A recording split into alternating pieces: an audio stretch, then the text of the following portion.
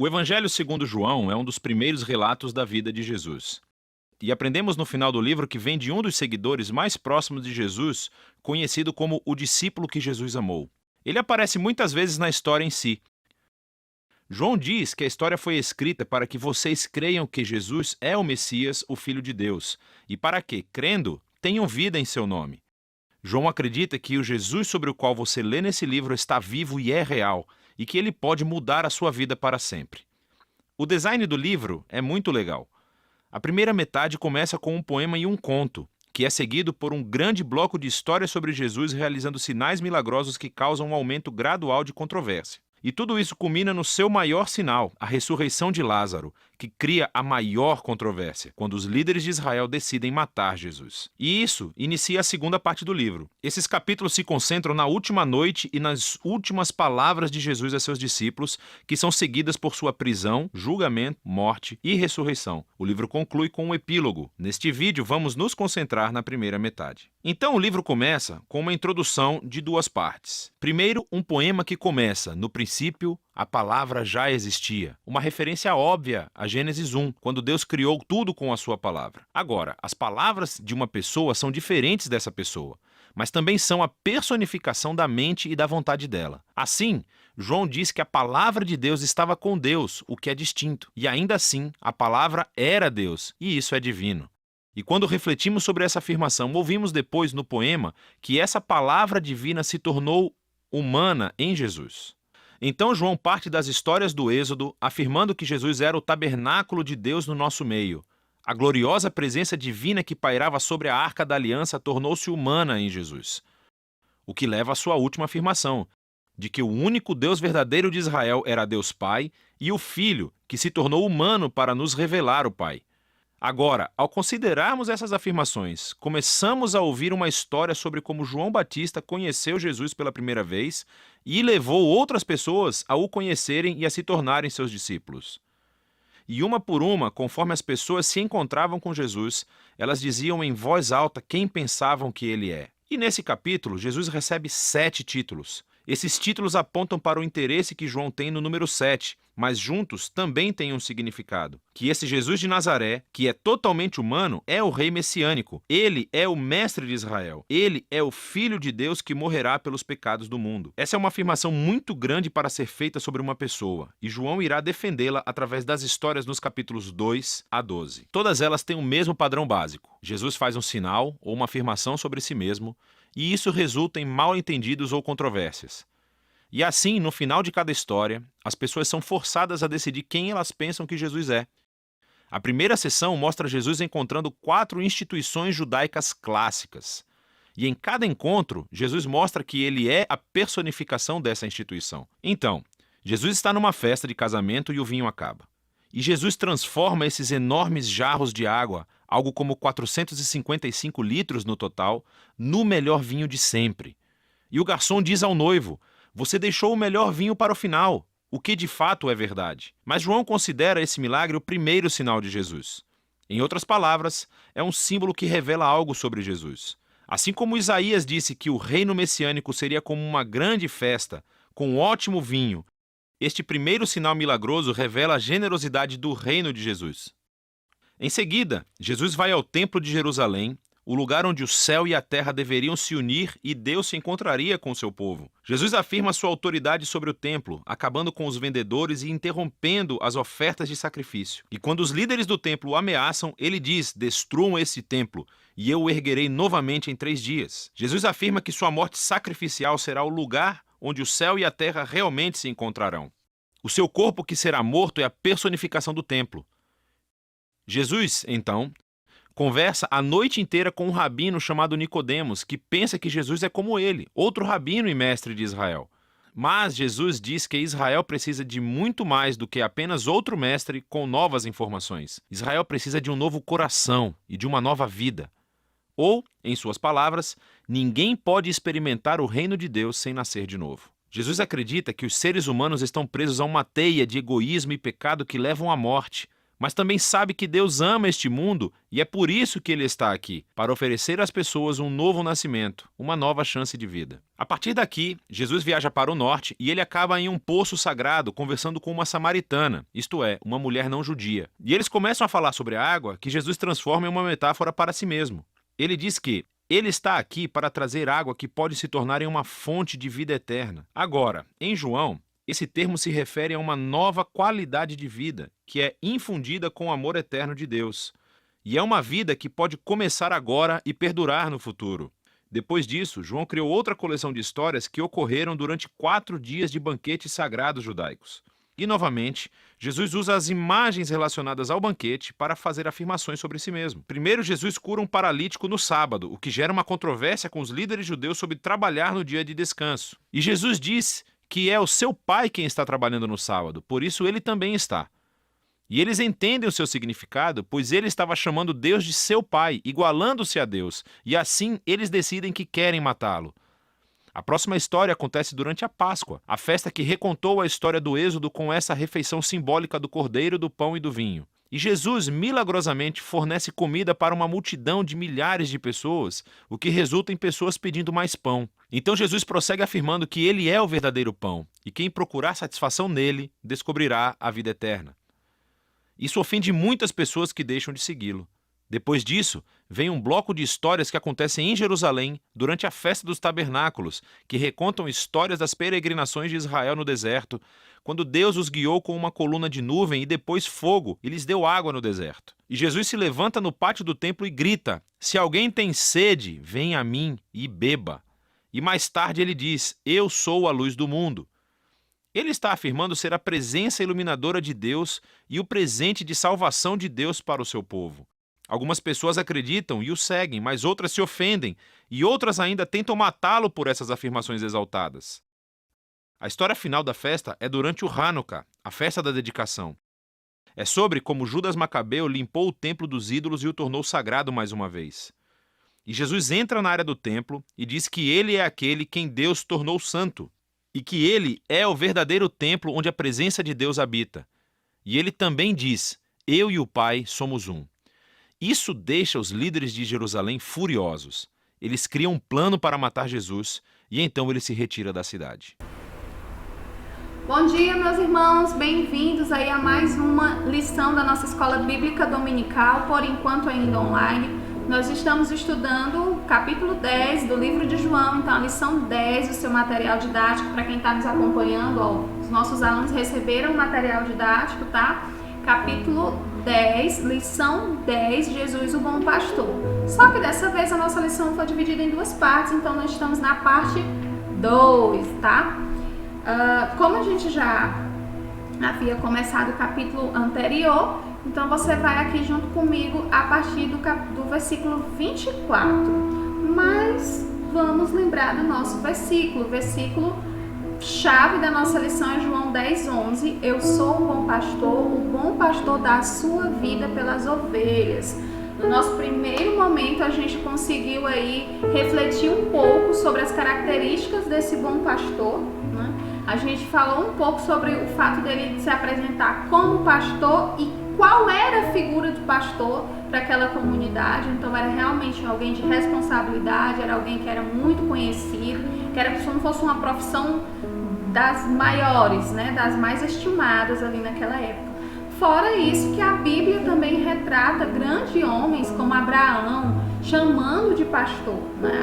O próprio salmista chama Deus de pastor. Então Jesus vem trazendo essa imagem de pastorado para ele também. Olha, eu sou o bom pastor. E tudo isso acontece depois daquele episódio em que o cego de nascença, né, que era cego desde que nasceu, ele é curado. E ao invés dos fariseus recebê-lo na tentativa de acusar Jesus, o que acontece? Eles expulsam o cego curado já, né? Ali já curado, eles expulsam ele da sinagoga. E aí Jesus aproveita essa situação para rebater mais uma vez de frente com o legalismo dos fariseus. Olha, enquanto vocês não são bons pastores, vocês expulsam, eu estou aqui e acolho. Eu sou o bom pastor. Uma das coisas que me ficou em mente de conversar aqui, porque durante todo No livro de João é muito registrada essa questão da identidade de Jesus e como Jesus rebate a vida dos fariseus ali que viviam pela lei e pela legalidade. E a gente já falou também que Jesus não é que ele é contra a lei, pelo contrário, ele foi o que criou a lei, ele estava com Deus desde o início. Mas o que acontece com essa questão dos fariseus, gente, é que eles deturparam, eles deram uma mexidazinha humana na lei de Deus. Quando Deus dá os mandamentos ali para Moisés e passa a existir um certo, entre aspas, um certo ritual, ele mostra que eles deveriam ser salvos pela graça, do mesmo jeito que nós somos salvos pela graça. Como assim, Priscila? Eles tinham que ser salvos, né? A salvação deles viriam mediante a fé. Né? Abraão foi aceito, a Bíblia diz isso no Novo Testamento, se não me engano, em Romanos, que Abraão foi aceito por meio da sua fé, antes mesmo da promessa. Então é mediante a fé. E eles tinham uma fé no Messias que viria. Então era essa fé no Messias que viria, que salvava, que foi a fé que salvou o pessoal aí do Velho Testamento, que é onde os fariseus ficavam, que era a Bíblia que eles tinham, né? O Velho Testamento, as leis de Moisés. O que acontece é que para eles isso não foi suficiente. Depois aí da volta do cativeiro, o que é que aconteceu? Os fariseus não, né? O povo judeu, que os fariseus eram um dos grupos religiosos, o povo judeu começou a mexer na lei, colocar assim, acrescentar umas coisinhas a mais, porque eles acreditavam que essa salvação não viria somente pela graça, independente, porque a salvação pela graça é independente do que eu fiz, né? Mas eles começaram a julgar que você seria salvo dependendo do seu esforço, quantos rituais eu seguia, uma alimentação X, ser circuncidado, fazer tantas orações. Então é como se para eles, quanto mais se fizesse, mais você era aceito por Deus. Então é uma deturpação do que é realmente a mensagem de salvação. Desde o início a doutrina é a mesma, nós somos salvos pela fé.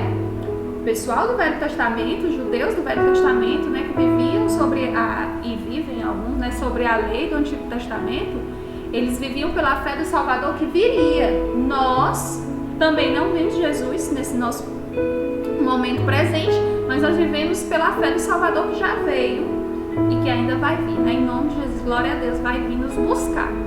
Então, eu quis explicar isso para que você tivesse assim em mente, olha, por que Jesus batia tanto de frente com essa questão dos fariseus? Porque ele queria dizer como se fosse assim, olha, vocês deturparam o que o meu pai ensinou. Não é assim que é salvo, eu quero mostrar a forma como é ser salvo. Se eles tivessem uma visão de salvação pela fé, uma visão de salvação pela graça, eles reconheceriam Jesus e a sua obra ali naquele momento.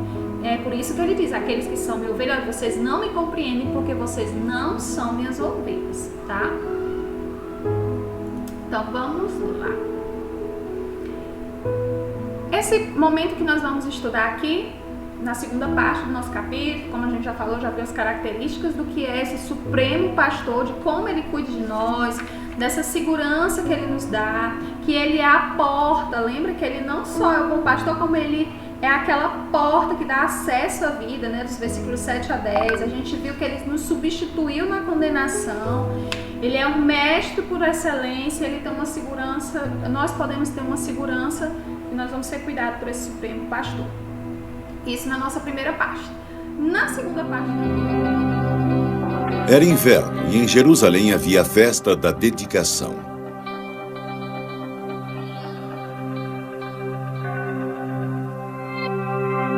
Jesus andava passeando no templo, no alpendre de Salomão, quando o povo o rodeou. Até quando terás a nossa alma suspensa? Se tu és o Cristo, dize isso abertamente. Já tenho eu vos dito, mas não o credes. As obras que eu faço em nome de meu Pai, essas testificam de mim. Mas vós não credes, porque não sois das minhas ovelhas. As minhas ovelhas ouvem a minha voz. Eu as conheço e elas me seguem. Dou-lhes a vida eterna e nunca hão de perecer. E ninguém as arrebatará da minha mão. Meu Pai que tudo me deu é maior do que todos. E ninguém pode arrebatá-las da mão de meu Pai. Eu e o Pai somos um. Apedrejem-no! Apedrejem-no! Apedrejem-no! Apedrejem-no! Blasfêmia! Apedrejem-no! Ele está mentindo! Apedrejem-no! Apedrejem-no! Blasfêmia! Blasfêmia! Ele mente! Apedrejem-no! Tenho realizado muitas obras boas em vossa presença, procedentes de meu Pai. Por qual dessas obras me apedrejais? Não queremos te apedrejar por alguma obra boa, mas pela tua blasfêmia. Porque sendo tu homem, te fazes Deus a ti mesmo. Blasfêmia! Apedrejem-no! Blasfêmia! Ele está mentindo, ele é um farsante! Mentiroso! Não está escrito na vossa própria lei que Deus disse que vós sois deuses? Sabemos que as escrituras não podem ser anuladas. E Deus chamou as pessoas de deuses, aqueles a quem a palavra de Deus foi dirigida. Quanto a mim, a quem o Pai santificou e enviou ao mundo, como podeis vós dizer que blasfemo? Porque digo que sou filho de Deus? Não acreditem em mim, então, se não faço as obras que meu Pai me enviou para fazer. Mas mesmo sabendo que vós não credes em mim, deveriam ao menos crer nas minhas obras. De forma que conheçais e acreditais que o Pai está em mim e eu estou nele. Blasfêmia! Enganador! Farsante! Mentiroso! Farsante! Enganador! Farsante! Procuravam, pois, prendê-lo outra vez, mas ele escapou de suas mãos.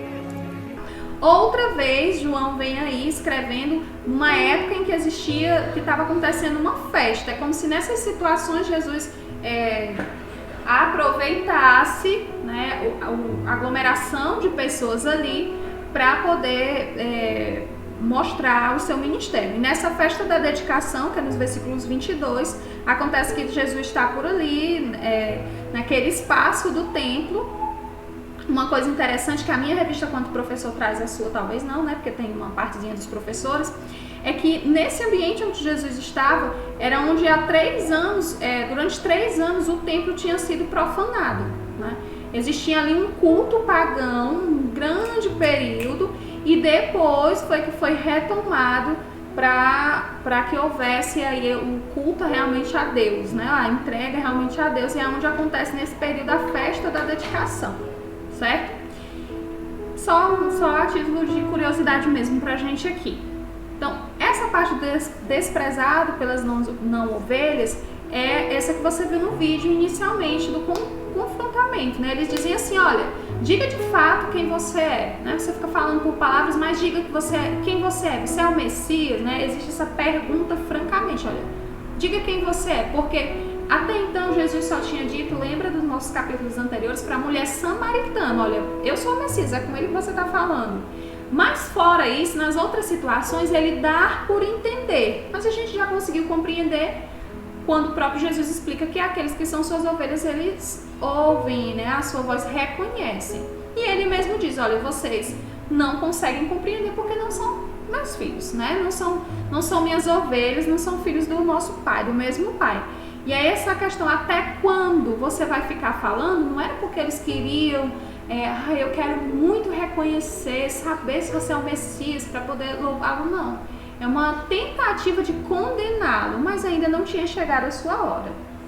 Tá? Então, nesse momento, existe um desprezo desse pastor pelos que não são ovelhas deles. Mas ele também já tinha deixado claro isso, aqueles que não são ovelhas, né, não vão conseguir reconhecer. A gente viu isso no primeiro vídeo da nossa parte 1, lembra?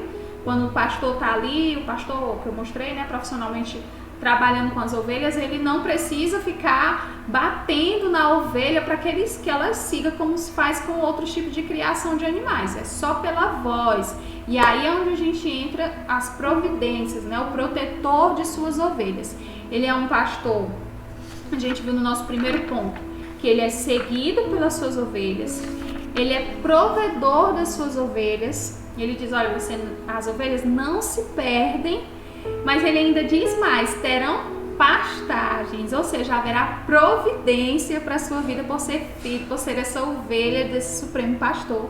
E a gente viu no terceiro ponto que ele é desprezado pelas não ovelhas. Lembra do embate, do confrontamento? Eles não conseguem compreender a mensagem e então começam a perseguir Jesus ali. E esse bom pastor que nós estamos estudando, essa característica da identidade de Jesus quanto bom pastor, é também de protetor de suas ovelhas. Quem é a ovelha de Jesus? A gente já viu isso. Nos versículos 20 e 27 diz: ouvem e seguem a voz de Cristo. E aí é onde nós paramos e pensamos, eu tenho ouvido e seguido a voz de Cristo, porque os que não são de Cristo, eles são incapazes de ouvi-lo. Aí você vai lá em Romanos 8, 7, 1 Coríntios 2, 14, né? Às vezes eu dou tudo mastigadinho aqui no nosso vídeo, mas você pode parar o vídeo e conferir se o que eu estou falando realmente faz sentido. Isso é uma boa dica para aqueles que querem estudar, tá? Vai lá na tua Bíblia, abre e vê isso. Olha, os que não são de Cristo, gente, eles são incapazes de ouvi-lo. Mas os que são, eles não só ouvem, mas seguem. É como na imagem aí, né? Eles escutam a voz, as ovelhas escutam, e não só escutam e desprezam, né? Como aquele filho que o pai manda fazer alguma coisa, a mãe manda fazer alguma coisa, escutou, mas não obedece. Não. Aqueles que são de Cristo, eles não só escutam, como o seguem, tá? Vamos seguindo, tô tentando falar um pouco mais rápido pra gente ter um tempo reduzido aqui e conseguir abranger tudo, tá bom? Ponto 2. Aqueles que estão debaixo do bom pastor, desse pastor protetor, eles recebem a vida eterna e jamais perecerão, tá? A segurança da salvação ela é apontada aí por João, quando ele escreve, de uma forma muito ordenada. Cristo dá a vida, eu lhes dou a vida eterna. Cristo impossibilita a morte, jamais perecerão. Essa morte espiritual, uma segurança, as minhas ovelhas jamais perecerão, né? Você pode estar dando um monte de glória a Deus aí, quando você pensa na segurança que tem de estar nos braços do seu supremo pastor. E nós, ovelhas, debaixo desse bom pastor e protetor, nós estamos seguras na mão de Cristo. Jesus, ele assegura essa salvação. Ninguém as arrebatará da minha mão, né? Olha, você está aqui, você está guardado, porque ele tem a autoridade do próprio Deus, do próprio Pai, que ele diz, eu e o Pai somos um. Então é uma segurança, é como se tivesse assim assinado embaixo pelo próprio Deus, né? O Deus Pai, porque é o Deus Filho que está dizendo, fique seguro nos braços desse bom pastor, que é protetor. Seja aquela ovelha, porque para ser ovelha você vai ter que ouvir e seguir. Siga o seu bom pastor, receba a vida eterna que ele tem para lhe dar, com a certeza que você jamais vai perecer, e esteja certo que você está seguro nas mãos de Cristo. É uma lição muito gostosa, né? São afirmações para os nossos ouvidos, assim, afirmações para as nossas vidas. Olha, eu sou cuidado pelo Supremo Pastor. E é interessante que as ovelhas dele, aquelas pessoas que já foram escolhidas por ele, vão ouvir a sua voz. Então, quando você estiver evangelizando, fique tranquilo. Se for uma ovelha, vai acontecer a situação em que a voz de Jesus vai tocar e eles vão reconhecer e vão seguir. Então, faça a sua parte, vá falando, evangelizando, seja, né, a voz de Deus aqui na terra, no sentido de levar a sua palavra às pessoas. Se eles forem ovelhas, eles vão reconhecer e vão seguir. Fique bem tranquilo, porque nessa parte é o Espírito Santo que toma de conta, tá? E aí a gente tem o nosso ponto Messias prometido para as ovelhas. Lembra que eu comecei falando sobre a questão da fé do povo judeu do Antigo Testamento?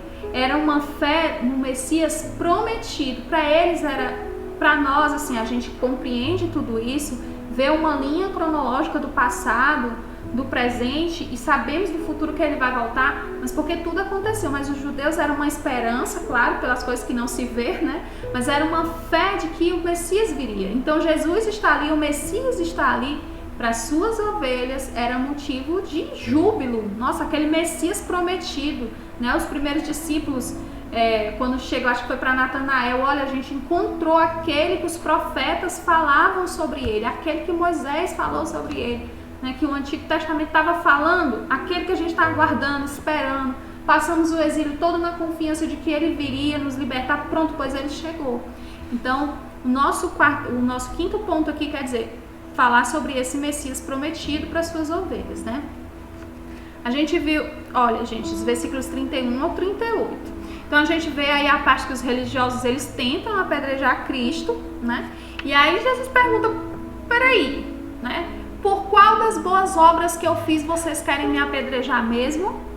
Porque a Bíblia confirma que Jesus é o Messias e os milagres confirmam que Jesus é o Messias. Se a gente lembrar aí, né, a água transformada em vinho, a multiplicação dos pães, o filho aí do centurião sendo curado, né, o que estava doente, a cura do paralítico, a cura do cego de nascença. Então todos esses milagres já tinham acontecido nessa altura do campeonato aí. E com certeza todos ali já tinham escutado sobre o que Jesus estava andando fazendo, né, nessa região. Era o ministério dele. E aí ele pergunta, por qual das minhas obras vocês querem me apedrejar mesmo?